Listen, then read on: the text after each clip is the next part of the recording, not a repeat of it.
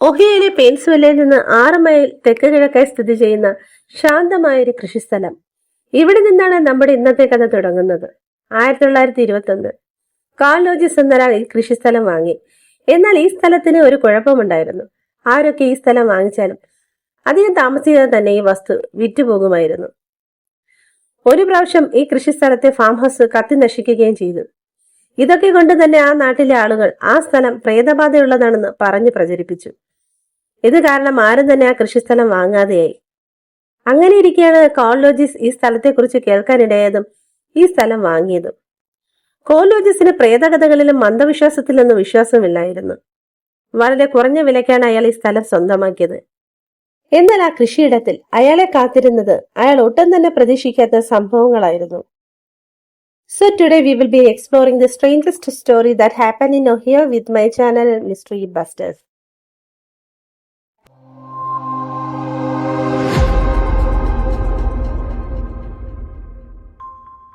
ഒരു രാത്രി call ലോജിസ് farm ഹൗസിൽ നിന്ന് ഉറങ്ങുന്നതിന് മുമ്പായി തന്റെ മൃഗങ്ങളെ ഒരു വട്ടം കൂടി ഒന്ന് നോക്കിക്കളയാമെന്ന് കരുതി അരയിലൊരു തോക്കും കയ്യിലൊരു വിളക്കും എടുത്ത് അവരുടെ ഷെഡിന് നേരെ നടക്കാൻ തുടങ്ങി.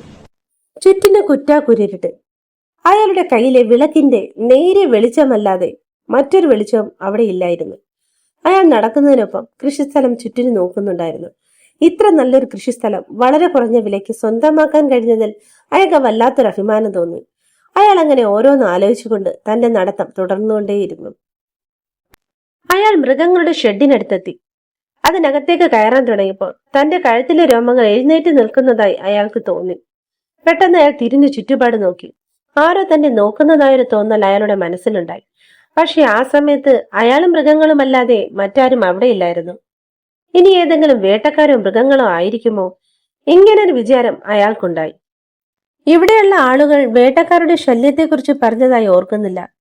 അയാൾ ഈ സ്ഥലത്ത് പുതിയ ആളാണ്. അതുകൊണ്ട് തന്നെ ആ സ്ഥലത്തിനെ കുറിച്ച് അധികമൊന്നും അയാൾക്കറിയില്ല. ഹോൾ ഷെഡിനുള്ളിൽ കയറി മൃഗങ്ങളെ പരിചരിക്കാൻ തുടങ്ങി. മൃഗങ്ങളെ നോക്കുന്നതിനിടയിൽ തനിക്കുണ്ടായ അനുഭവത്തെക്കുറിച്ച് അയാൾ പാടെ മറന്നുപോയി.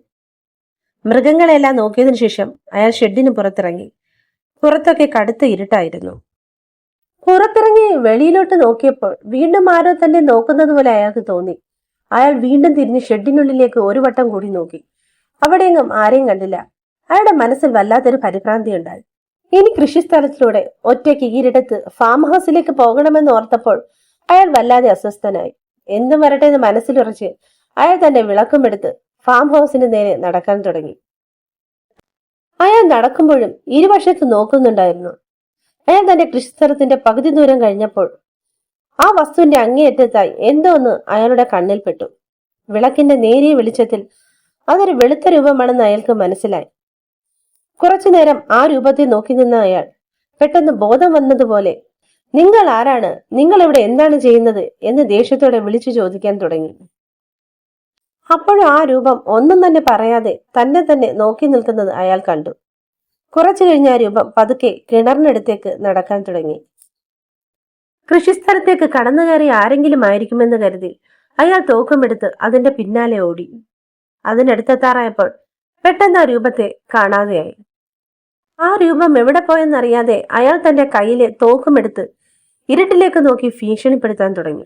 പക്ഷേ അവിടെ നിന്നും അപ്പോഴും ഒരു പ്രതികരണവും വന്നില്ല. എല്ലായിടത്തും വല്ലാത്തൊരു നിശബ്ദതയും ഇരുട്ടും മാത്രമായിരുന്നു. അയാൾ തിരിഞ്ഞ് ഫാം ഹൗസിലേക്ക് നടന്നു. അകത്ത് കയറി വാതിലടച്ചു. ഇന്ന് രാവിലെ അയാൾ എഴുന്നേറ്റപ്പോൾ തലേന്ന് രാത്രി താൻ കണ്ട രൂപം കൃഷിസ്ഥലത്ത് കടന്നു കയറിയ കള്ളനോ അയാൾക്കാരോ ആയിരിക്കുമെന്ന് കരുതി. എന്തായാലും തന്റെ കയ്യിലിരുന്ന തോക്ക് കണ്ട് ഭയന്നോടി രക്ഷപ്പെട്ടതായിരിക്കും. അതുകൊണ്ട് ഇനിയൊരു ശല്യവും ഉണ്ടാകില്ലെന്ന് മനസ്സിൽ കരുതി. എന്നാൽ അയാൾ മനസ്സിൽ വിചാരിച്ചതൊന്നുമല്ലായിരുന്നു പിന്നെയുള്ള രാത്രികളിൽ നടന്നത്.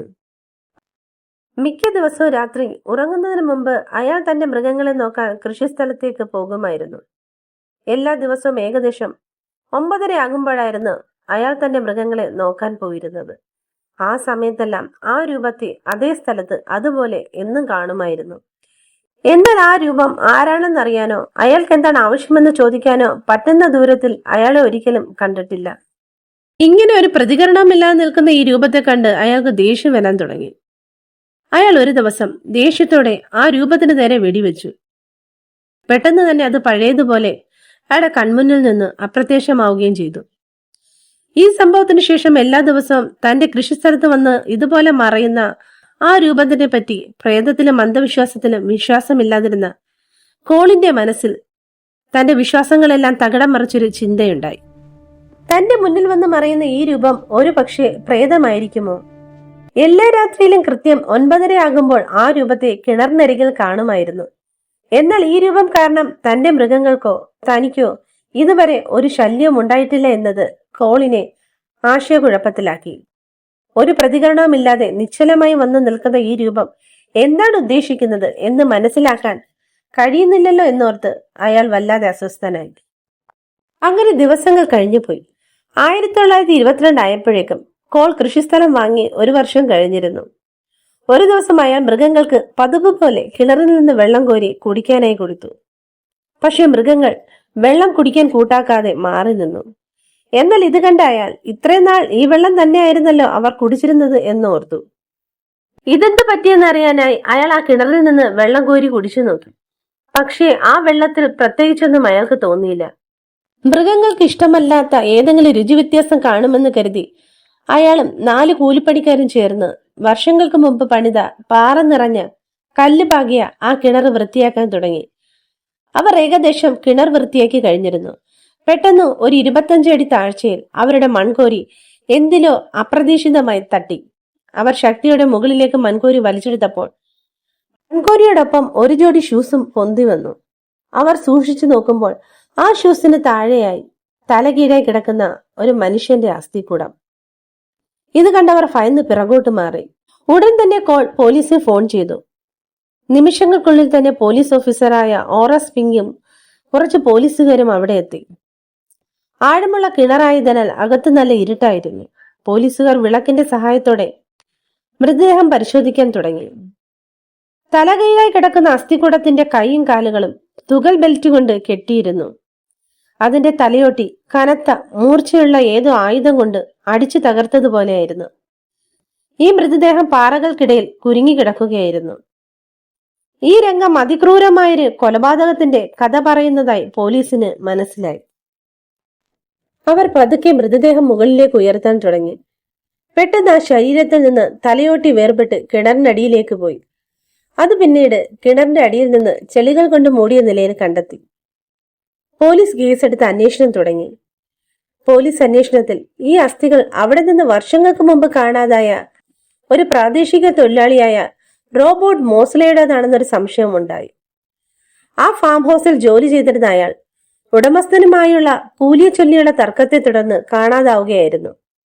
എന്നാൽ അന്വേഷണത്തിൽ കിണറിൽ നിന്ന് കണ്ടെടുത്ത അസ്ഥികൂടത്തിൽ കാണപ്പെട്ട വസ്തുക്കൾ അയാളുടേതല്ലെന്ന് തെളിഞ്ഞു. എന്നാലും റോബോട്ട് മോസ്ലിയുടെ തിരോധാനം അതൊരു തെളിയാത്ത കേസായി തന്നെ കേസ് ഫയലിൽ ഒതുങ്ങി. കിണറ്റിൽ നിന്ന് കണ്ടെത്തിയ അസ്ഥികൂടം പിന്നെ ആരുടേത് എന്ന ചോദ്യം ചെന്നു നിന്നത് ഏതാണ്ട് 7 വർഷങ്ങൾക്ക് മുമ്പ്, അതായത് 1915 ഏപ്രിലിൽ അവിടെ നിന്ന് കാണാതായ ഒരു കർഷക തൊഴിലാളിയായ ഹെൻറി ലിപ്പൻസ്റ്റിക് എന്ന ചെറുപ്പക്കാരനിലായിരുന്നു. വർഷങ്ങൾക്ക് മുമ്പ് ഈ ഫാം ഹൗസിന്റെ അന്നത്തെ ഉടമയായിരുന്ന ഫ്രാങ്ക് ലെയർമാന്റെ കൃഷിസ്ഥലത്തിൽ ജോലി ചെയ്ത നിരവധി തൊഴിലാളികളിൽ ഒരാളായിരുന്നു ഹെൻറി. ഹെൻറിക്ക് കുടുംബമോ സുഹൃത്തുക്കളോ ഒന്നും തന്നെ ഇല്ലായിരുന്നു. അങ്ങനെ ഇരിക്കെ ഒരു ദിവസം ഹെൻറിയെ പെട്ടെന്ന് അവിടെ നിന്ന് കാണാതെയായി. എല്ലാവരും കരുതിയത് അവൻ പട്ടണത്തിൽ നിന്ന് മറ്റെവിടെയെങ്കിലും പോയി കാണുമെന്നായിരുന്നു. കേസന്വേഷണത്തിനിടയിൽ ഹെൻറിയുടെ തിരോധാനത്തെക്കുറിച്ച് അയൽക്കാരനായ ഒരാൾ പോലീസിനോട് പറഞ്ഞത് തികച്ചും വ്യത്യസ്തമായൊരു കഥയായിരുന്നു. ഹെൻറിയും കൃഷിസ്ഥലത്തിന്റെ ഉടമയായ ഫ്രാങ്ക് തമ്മിൽ കൂലിയെ ചൊല്ലിയ മിക്കവാറും തർക്കങ്ങൾ ഉണ്ടാകുമായിരുന്നു. ഇതുകൊണ്ട് തന്നെ അവർ തമ്മിൽ അത്ര നല്ല ബന്ധമല്ലായിരുന്നു ഉണ്ടായിരുന്നത്. അതിനാൽ അവൻ ഒരിക്കലും നാട് വിട്ടു പോയതായി താൻ വിശ്വസിക്കുന്നില്ല എന്ന് അയാൾ പോലീസിനോട് മൊഴി നൽകി. കൂടാതെ അസ്ഥികൂടത്തിൽ നിന്ന് കണ്ടെടുത്ത ഷൂസും ഒരു സ്ത്രീയുടെ മുഖം കൊത്തിയ സ്വർണ്ണ ചെയിനിൽ ഘടിപ്പിച്ച ഒരു ജെറോം പോക്കറ്റ് വാച്ചും ഹെൻറിയുടേതാണെന്ന് അയാൾ സ്ഥിരീകരിച്ചു. ആ വാച്ചിലെ സമയം കൃത്യം 9:30 നിലച്ചിരുന്നു. ഈ സമയത്തായിരുന്നു പോളിന്റെ കൃഷിസ്ഥലത്ത് ആ വെളുത്ത നിഴൽരൂപം പ്രത്യക്ഷപ്പെട്ടിരുന്നത്. ഹെൻറിയുടെ പോസ്റ്റ്മോർട്ടം റിപ്പോർട്ടിൽ തലക്കേറ്റ മാരകമായ അടിയാണ് മരണകാരണമെന്ന് കണ്ടെത്തി. അതൊരു കൊലപാതകമാണെന്ന് നിസ്സംശയം തെളിഞ്ഞു. എന്നാൽ ആരാണ് കുറ്റവാളി? ഈ ചോദ്യം നേരെ പോയി നിന്നത് ഫ്രാങ്ക് ലേർമാനിലേക്കായിരുന്നു. 30 വയസ്സുള്ള അയാൾ ഈ കൃഷിസ്ഥലം വിറ്റതിനു ശേഷം ക്ലീവ്ലാൻഡിലേക്ക് താമസം മാറിയിരുന്നു. അങ്ങനെ ഒരു ദിവസം ഡെപ്യൂട്ടി ഓഫീസറായ എഡ്വേർഡ് റാസ്മുസൻ കേസന്വേഷണത്തിന് വേണ്ടി അയാളുടെ വീട്ടിലെത്തുന്നു.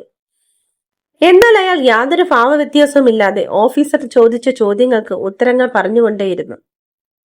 ഹെൻറി ന്യൂയോർക്കിലേക്ക് പോയെന്ന് പറയുന്ന ദിവസം മുതൽ അവനെ താൻ കണ്ടിട്ടില്ലെന്ന് അയാൾ ഓഫീസറിനോട് മൊഴി നൽകി. ഈ ഒരു കാലയളവിൽ തന്നെ ഈ കേസ് മാധ്യമ ശ്രദ്ധ പിടിച്ചുപറ്റിയിരുന്നു. അതുകൊണ്ട് തന്നെ ഫ്രാങ്കിന്റെ വാക്കുകൾ ആരും തന്നെ വിശ്വസിച്ചില്ല. അയാൾ തന്നെയാണ് കൊലപാതകിയെന്ന് മാധ്യമങ്ങൾ പ്രസിദ്ധീകരിക്കാൻ തുടങ്ങി. ഒടുവിൽ സംശയത്തിന്റെ പേരിൽ പോലീസ് ഫ്രാങ്കിനെ അറസ്റ്റ് ചെയ്തു. ഫ്രാങ്കിന്റെ അറസ്റ്റ് ആഘോഷിക്കുന്നത് പോലെ ഒരു പ്രേതത്തിന്റെ പ്രതികാരം എന്ന ടൈറ്റിലോടുകൂടി പത്രങ്ങളിൽ വാർത്ത വരാൻ തുടങ്ങി. ഒടുവിൽ ഫ്രാങ്കിനെ ഫസ്റ്റ് ഡിഗ്രി കൊലപാതക കുറ്റം ചുമത്തി പെയിൻസ്വില്ലയിലെ ജസ്റ്റിസ് ജോസ്ഫിൻ ബീക്കർമാന്റെ മുന്നിൽ ഹാജരാക്കി. വിചാരണയിൽ അയാൾ കുറ്റം സമ്മതിക്കാൻ തയ്യാറായില്ല. ജാമ്യം പോലും കിട്ടാൻ വഴിയില്ലാത്ത ഒരു കേസായിരുന്നു ഇത്. അതിനാൽ അയാളുടെ വാദം കേൾക്കുന്നതിനായി അയാളെ കൗണ്ടി ജയിലിലേക്ക് അയച്ചു. എന്നാൽ അടുത്ത വർഷത്തിൽ നടന്ന വിചാരണയ്ക്കൊടുവിൽ വന്ന തീരുമാനം എല്ലാവരുടെയും ചിന്തയെ തകിടം മറിക്കുന്നതായിരുന്നു. സാക്ഷികളുടെയും തെളിവുകളുടെ അഭാവം കേസിനെ സാരമായി ബാധിക്കാൻ തുടങ്ങി. 1923 ഏപ്രിൽ 18 പ്രോസിക്യൂട്ടറുടെ അഭ്യർത്ഥന പ്രകാരം കോടതി തെളിവുകളുടെ അഭാവത്തിൽ ഫ്രാങ്കിനെ ഈ കേസിൽ നിന്ന് സ്വതന്ത്രനാക്കി. കോടതി കേസ് തള്ളിക്കളഞ്ഞതിനു ശേഷം പെൻസോളയുടെ കഥ എന്നേക്കുമായി ആർക്കൈവുകളിലേക്ക് മറഞ്ഞു. ഹെൻറി ലിപ്പൻസ്റ്റിക്കിന്റെ ഭൗതിക അവശിഷ്ടങ്ങൾ എവർഗ്രീൻ സെമിത്തേരിയിൽ ഒരു അജ്ഞാത ശവകല്ലറയിൽ സംസ്കരിച്ചു. ഫാം ഹൗസും കൃഷിസ്ഥലവും വീണ്ടും കൈമാറപ്പെട്ടു. കിണർ എന്നേക്കുമായി മൂടി.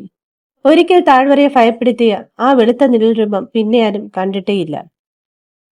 ഒടുവിൽ അരനൂറ്റാണ്ടിനു ശേഷം അവശേഷിക്കുന്നത് ഒരു പോലീസുകാരൻ സമർപ്പിച്ച ഒരു മരണ സർട്ടിഫിക്കറ്റും അതിൽ കിണറിനടിയിൽ നിന്ന് കണ്ടെത്തിയ ഹെൻറി എന്ന ചെറുപ്പക്കാരന്റെ ഭൗതിക അവശിഷ്ടങ്ങളെ പറ്റി സൂചിപ്പിക്കുന്ന ചില വാക്കുകളും മാത്രമായിരുന്നു.